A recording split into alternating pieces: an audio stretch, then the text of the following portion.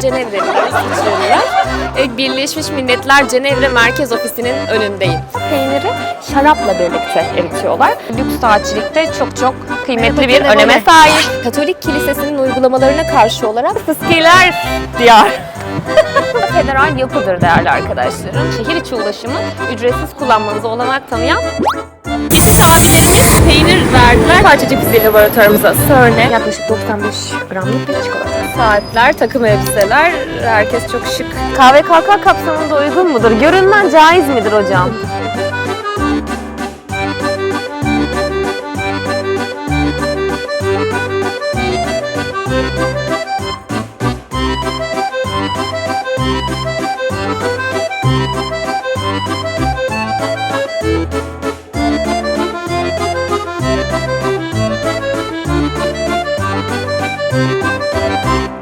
Ajanda'nın Cenevre bölümüne hoş geldin. Bulutların arasından süzülürken karşımıza Avrupa'nın çatısı sayılan Mont Blanc çıkıyor. 4800 metreyi aşan yüksekliğiyle sadece Alplerin değil Batı Avrupa'nın en yüksek noktası burası. Bu dev kütle Cenevre'nin doğu ufkunu şekillendiriyor ve şehre her bakışta kartpostallık bir fon sunuyor. Karşı tarafta ise Jura Dağları uzanıyor. Burası İsviçre'nin doğal sınırlarından biri ve ülkenin jeolojik olarak en eski bölgelerinden. Jura adını Jurassik döneminden alıyor. Bu da bölgenin milyonlarca yıllık kaya oluşumlarının dünya jeolojisi açısından ne kadar önemli olduğunu gösteriyor. İşte bu iki dağ silsilesi arasında Cenevre kantonu uzanıyor. Yaklaşık 500 bin nüfusuyla İsviçre'nin en kalabalık 6. kantonu. Neredeyse Kapadokya büyüklüğünde. Kantonun büyük kısmını da zaten Cenevre şehri oluşturuyor. Coğrafi konumu itibarıyla Cenevre, Fransa sınırında İsviçre'nin güneybatı ucunda adeta bir köprü noktası. Bu konum tarih boyunca şehri hem ticaretin hem de diplomasinin geçiş noktası haline getirmiş. Bugün şehir deniz seviyesinden yaklaşık 375 metre yükseklikte. Dağlarla çevrili bir havzanın tam merkezinde. Ekonomik olarak ise Cenevre bir hizmet metropolü. Bankacılık, diplomasi ve uluslararası kuruluşlar burada yoğunlaşmış durumda. Bu sayede Cenevre tam anlamıyla kozmopolit bir yer. Her iki kişiden biri yabancı kökenli. Zaten uluslararası başkent denmesi de boşuna değil. Bu bölümde keşfe Cenevre'nin politik kalbi, Birleşmiş Milletler Meydanı'ndan ve Kırık Sandalye'den başlıyoruz.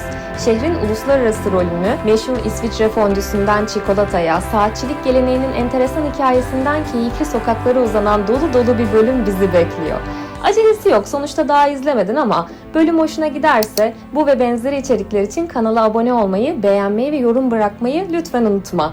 Senin için 1-2 dakikalık bir iş olabilir ama yayıncılar için gerçekten büyük bir motivasyon. Evet, ısınmamızı da yaptığımıza göre hadi artık şehirle tanışmaya başlayalım. Şu anda Cenevre'yi keşfe sizlerle başladık.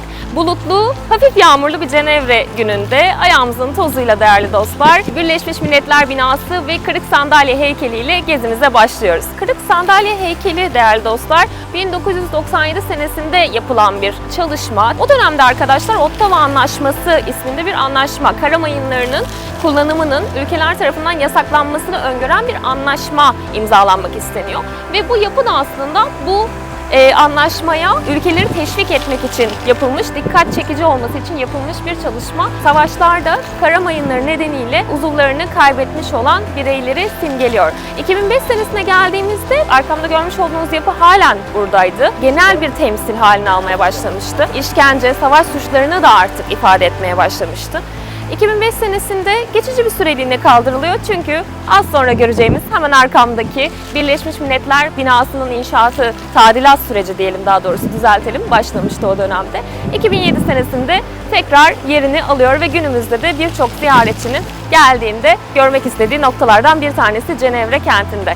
Tabii şimdi Birleşmiş Milletler dedik. Birleşmiş Milletler'le ilgili çok konuşacağız elbette. Özellikle Lozan bölümünde Cemiyeti Akvam'a değineceğiz ama biraz nasıl kuruldu, nedir, ne değildir? Hemen arkamdan Cenevre merkezinden devam edelim dilerseniz.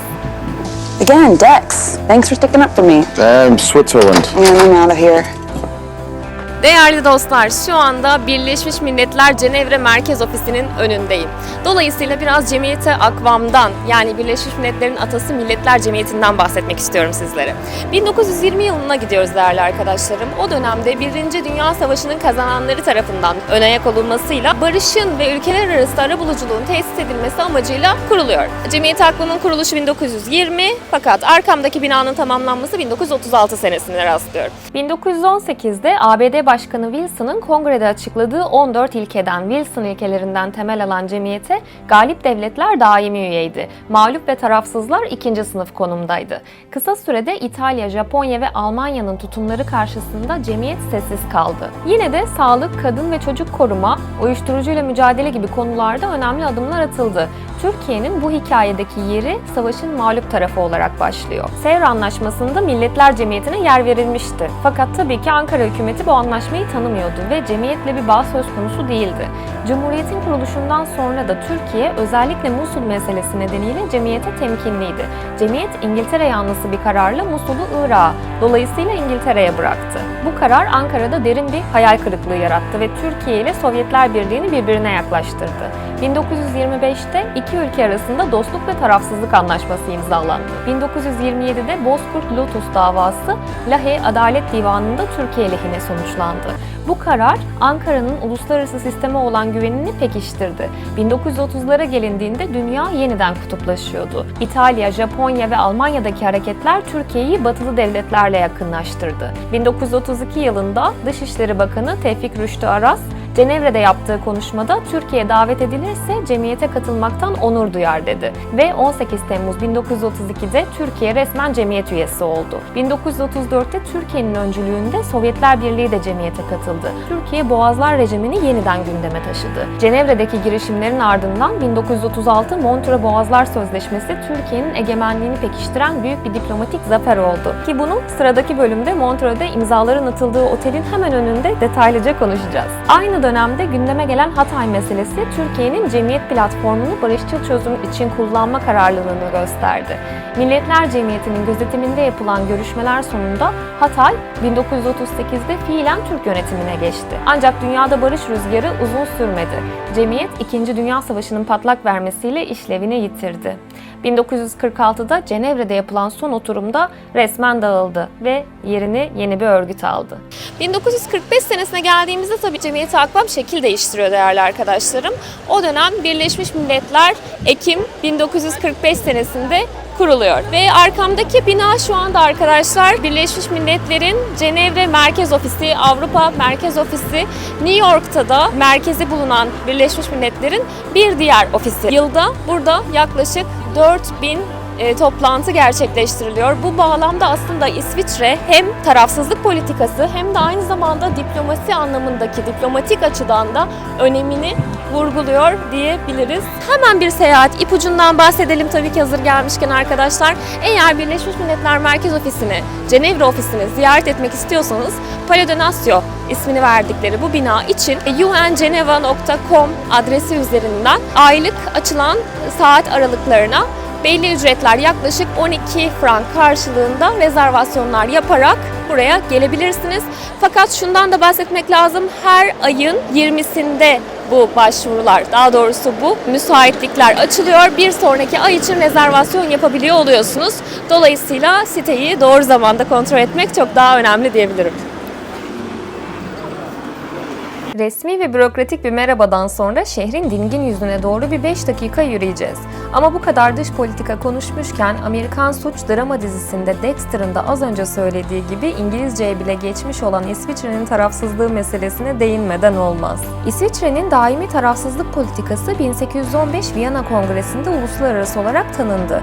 O günden bu yana İsviçre hiçbir savaşa taraf olmadı, hiçbir askeri ittifaka da katılmadı. 1930'larda Milletler Cemiyeti üyesiyken Mussolini zamanı İtalya'nın Habeşistan'ı işgaline karşı alınan ekonomik yaptırımlar ülkede tartışma yarattı. İsviçre sadece silah ve teçhizat ihracatını durdurup ekonomik yaptırımlara katılmayarak kendi tarafsızlık ilkesini korudu. Bu tutum 1938'de Milletler Cemiyeti tarafından da resmen tanındı.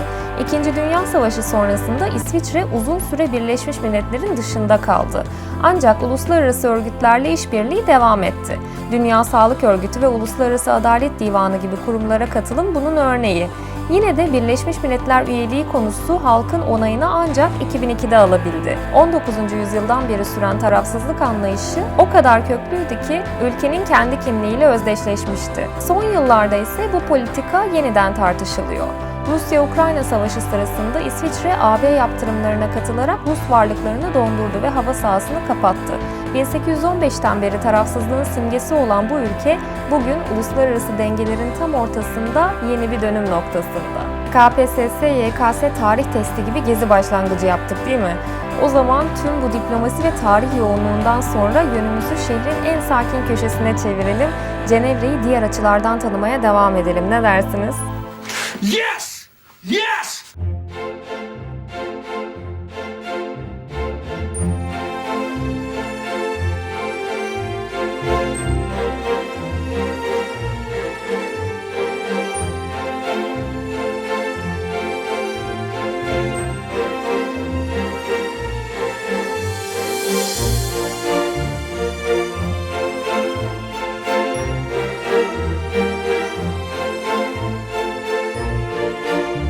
Ne kadar büyük bir ağaç. Epey.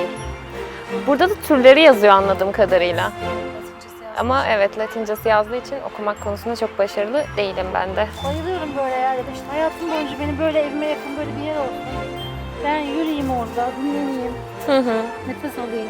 Bizim orada böyle bir gölet var. Bu kadar yeşil değil de daha az yeşilini düşün. Anlatıyor musun? Yeşil gölete hep devamlı inşaat yaptılar. Sadece kafelerden ve binalardan oluşan ticaretleşen.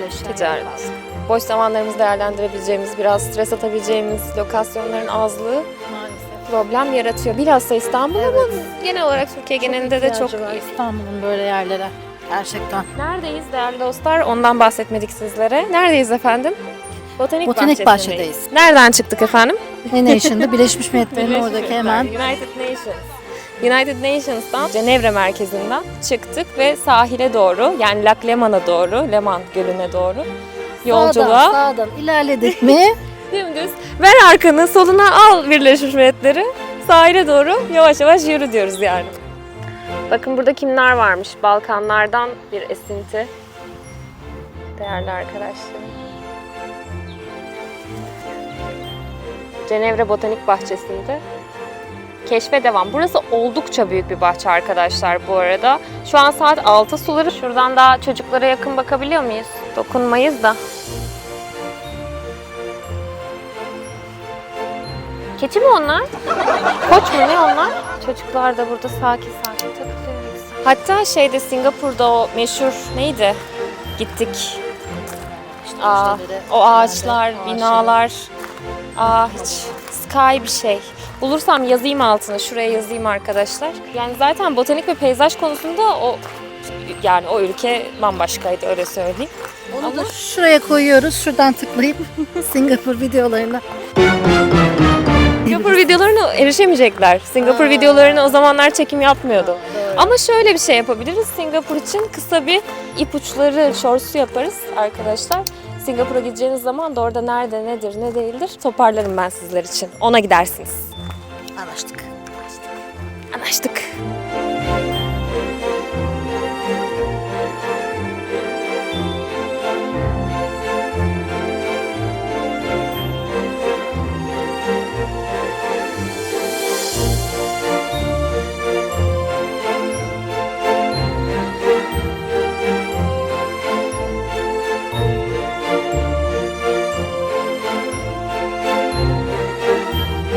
Arkadaşlar keşiş abilerimiz peynir verdiler. Şimdi onu deneyeceğim, tadacağım. Bu sırada da nereye gidiyoruz? Lac Leman'a gidiyoruz arkadaşlar. Haydi hep beraber gidelim. Alplerin eriyen buzullarının oluşturduğu Lac Leman, yani Cenevre Gölü, Avrupa'nın en büyük tatlı su göllerinden biri. Yaklaşık yarısı İsviçre'de, yarısı Fransa'da. Ortalama derinliği 150 metre ama bazı noktalarda, örneğin Lozan açıklarında 310 metreyi buluyor. Yani neredeyse bir gökdelen kadar derin. Lac Leman adı Roma dönemine kadar uzanıyor. Latince Lemanus, Keltçe kökenli bir kelimeden geliyor, geniş su anlamında. Zamanla Fransızca Leman'a dönüşüyor. İngilizce ise Lake Geneva olarak geçiyor. Roma döneminde göl, ticaret yolları için stratejik bir geçiş noktasıydı. Orta Çağ'da çevresindeki şehirler, özellikle Cenevre ve Lozan, göl üzerinde yapılan ticaretle zenginleşti. 17 ve 18. yüzyıllarda ise Avrupa soyluları burayı bir tatil ve düşünce merkezi olarak keşfetti. ki onu Montreux'de de konuşacağız. Ve tabii bu gölün efsanesi olmazsa olmaz. Lac Léman'ın kendi canavarı var. Le Monstre de Léman. 1800'lerin sonlarına uzanan rivayete göre yüzyıllar önce gölde dev bir yaratık yaşarmış. Bazen dalgaların arasından, bazen de sisin içinden görülürmüş. Kimi söylentilere göre balıkçı teknelerini batıran bir ejderha, kimine göre ise gölün derinliklerinde yaşayan bir koruyucu ruhmuş. Hala orada mıdır bilinmez ama en azından şu anda izinde ya da tatilde gibi görünüyor. Biz de öyleyiz çünkü Cenevre Gölü'nün hemen kıyısında şehrin meşhur açık hava banyolarındayız. Ban de Paquis'de. Hem göle karşı kahvenizi içebileceğiniz hem de yazın serinleyebileceğiniz bir yer burası. Cenevrelilerin göl kültürünün kalbi. O zaman biraz suyun kenarında soluklanalım, güzelce günü batıralım ama göl canavarını da ürkütmeyelim tabii. Kendi halin geliyor. Ona bir müsaade verin. Buraya kadar gelir mi bilmiyorum. Arkadaşımızın adı Saliha. Saliha. Ban de Paquis nerededir? Cenevre'nin göbeğinde, Léman Gölü üzerinde değerli arkadaşlarım. Daha çok yüzme için tercih edilen bir bölge burası. Aynı zamanda burada Cenevreliler, İsviçreliler geldiklerinde saunalarını yapıp, Finlandiya usulü saunalarını yapıp daha sonra fondülerini yemeyi tercih ediyorlar genel itibarıyla. Hemen küçük bir parantez açalım değerli arkadaşlar. Rovaniemi ve Helsinki videolarıma da göz atmak isteyebilirsiniz. Zira asıl orada bu deneyimlerden fazlaca bahsetmiştik.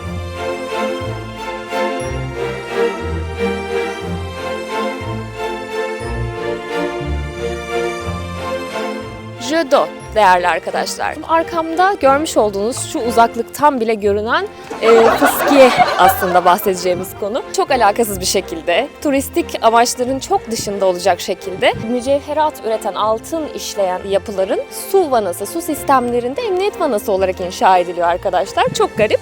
Ve 1800'lü yılların sonunda 1891 senesi olması lazım. Cenevreliler, yönetim sahipleri diyor ki bunu ışıklandıralım, yüksekliğini de arttıralım ki şu an 140 metre yüksekliğe su püskürten bir yapıdan bahsediyoruz. Böyle bir karar alıyorlar. Günümüzde geceleri ışıklandırılan Cenevre'nin birçok yerinden de görülen bir yapı karşımıza çıkıyor değerli arkadaşlarım. Jeux d'eau şehrin simgelerinden bir tanesi, kantonun simgelerinden bir tanesi. Biz de Saliha'ya hoşça kal deyip yavaş yavaş burada güzel bir sahil kenarı, Lac Léman kenarı akşam yemeğine doğru yola çıkalım dilerseniz. İlk günü batıralım, daha çok konuşacağız sizinle.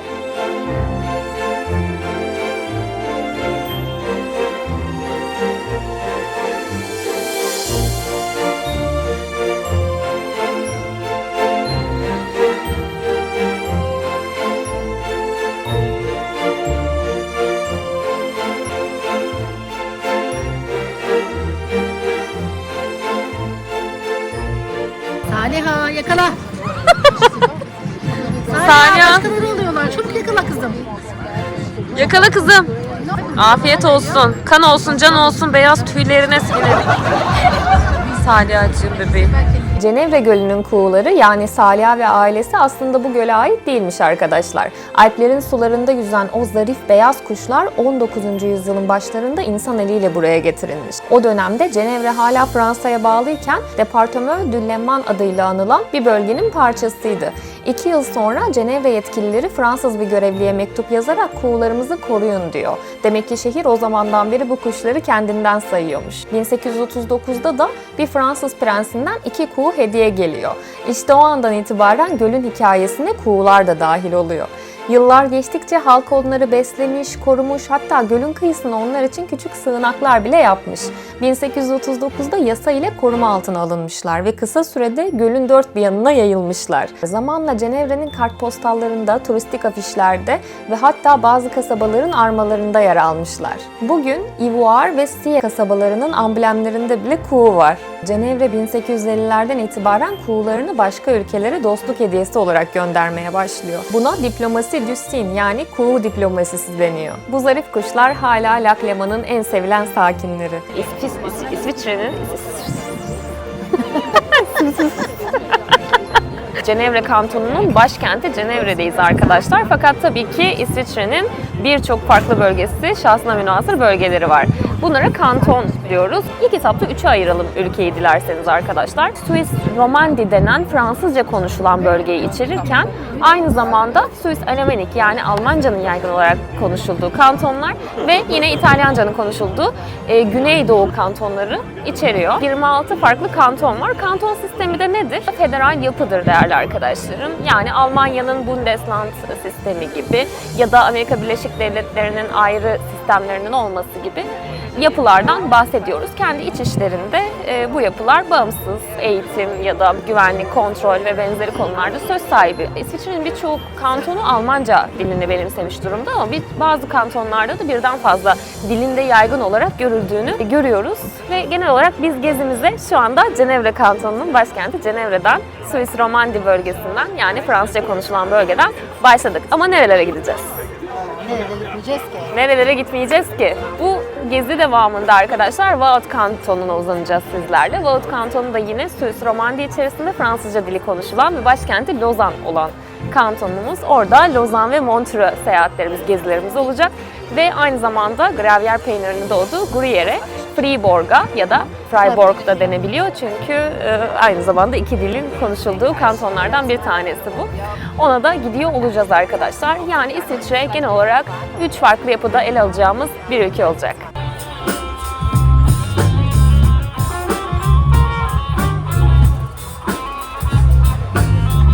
Migros size iyi gelecek. Çalın diyorlar. The piano is gifted to you by Migros Geneva. Ama ben çalmayı bilmiyorum. Olsun. Bu şehrin her köşesinde farklı bir minik hikaye çıkıyor karşımıza. Farkındasınız değil mi? O yüzden diyorum ki 2 bölümde gezelim en iyisini biz. Şehrin diplomatik ve dingin yüzünü gördük. Gelecek bölümde Eskişehir'in sokaklarında şehrin geçmişine dokunup şahsen favori etabım olan lezzetli geleneklere, fondü ve çikolatanın dünyasına girelim. Zamanın nasıl bu kadar zarif ölçüldüğünü de es geçmeyelim tabii ki. Kendi seyahatini planlarken kolaylık sağlayacak ipuçlarını da konuşacağız elbette. Bu pratik notlar ve kısa hikayeler için hiçbir gönderimin açıklamasını boş geçmediğim Instagram hesabımdan beni takip edebilirsin. Bu dakikada hala birlikteysek zaten kanala abone olup bölümü beğenmişsindir ve diğer bölümlere geçmeye hazırlanıyorsundur diye düşünüyorum. Uzun kısa fark etmeksizin görüşlerini yorumlarda paylaşırsan da çok mutlu olur, dikkatle okurum. O zaman yarın sabah Eskişehir'de görüşmek üzere. Don't forget to subscribe.